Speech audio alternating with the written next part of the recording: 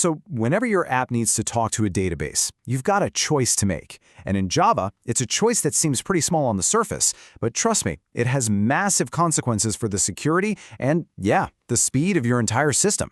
Today, we are going to break down that exact choice. Okay, I know that sounds a little over the top, right? But seriously, what if that simple login form on your app is actually a secret backdoor? The really scary part is just how easy it is to accidentally choose the path that leaves that door wide open without you even realizing it. Well, this backdoor, it has a name. And if you've been around web security at all, you've heard of it. It's the notorious SQL injection. It's one of the most common, most damaging attacks out there, and it works by basically tricking your database into doing things it was never, ever supposed to do. You know, the way this attack works is it's shockingly simple. Step 1, everything looks normal. A user is just at a login form. But then, step 2, the attacker doesn't type a password. No, they type in a sneaky little bit of SQL code. Now, if the application is vulnerable, it just blindly takes that malicious code and stitches it right into its own database command. And by step 3, it's game over. The database just runs the whole thing, potentially dumping out every piece of data it has. So you got to be asking, how on earth is this even possible? Well, an attack like this, it can't do it alone. It needs an inside man, an accomplice right there in your code. And that accomplice is often an object called a statement, which, as we're about to see, handles database queries in the most basic and the most dangerous way. And this right here, this is the heart of the whole problem. The statement object dangerously mixes up user data with your application's code. See, it's literally just smashing strings together. Your command, their malicious input, it all gets glued into one big string. The database has no way to tell which part was yours and which part came from the attacker.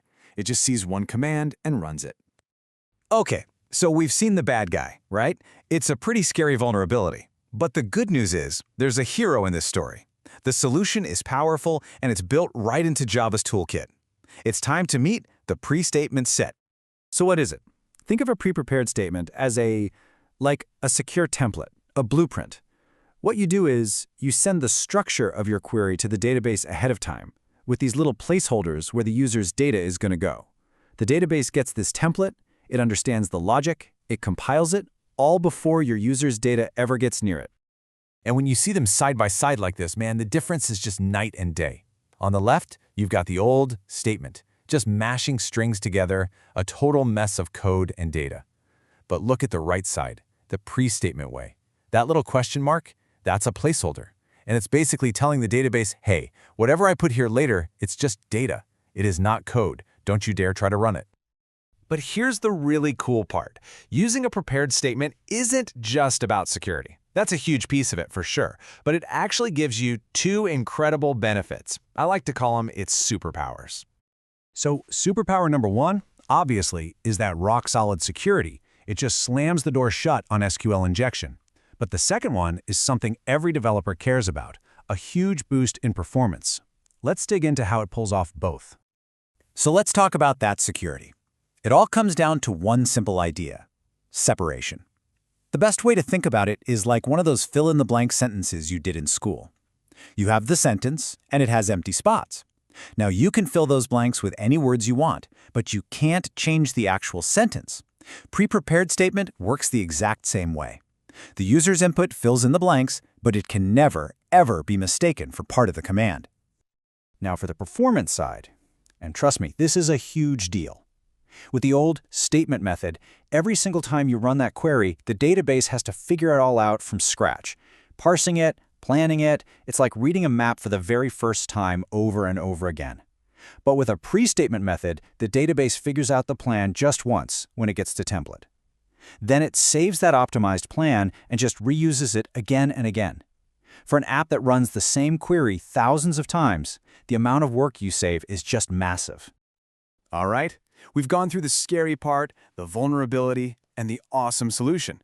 So if you're going to walk away from this with just one key piece of info, one golden rule, what should it be? It's as simple as this. Look, if you're building a real-world application, prepared statement isn't just a nice-to-have. It's the standard, period. It is fundamentally safer, it's way more efficient, and frankly, it's just how professional, secure, and performant code is written. So, there you have it.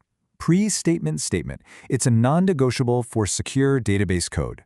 But, closing one security hole just makes you think, what's the next one?